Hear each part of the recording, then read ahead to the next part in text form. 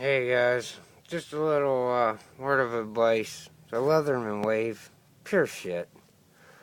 I mean, trying to fix a fish tank light. A basic little wire connector. Try to squeeze it. Now look. No more plier open action.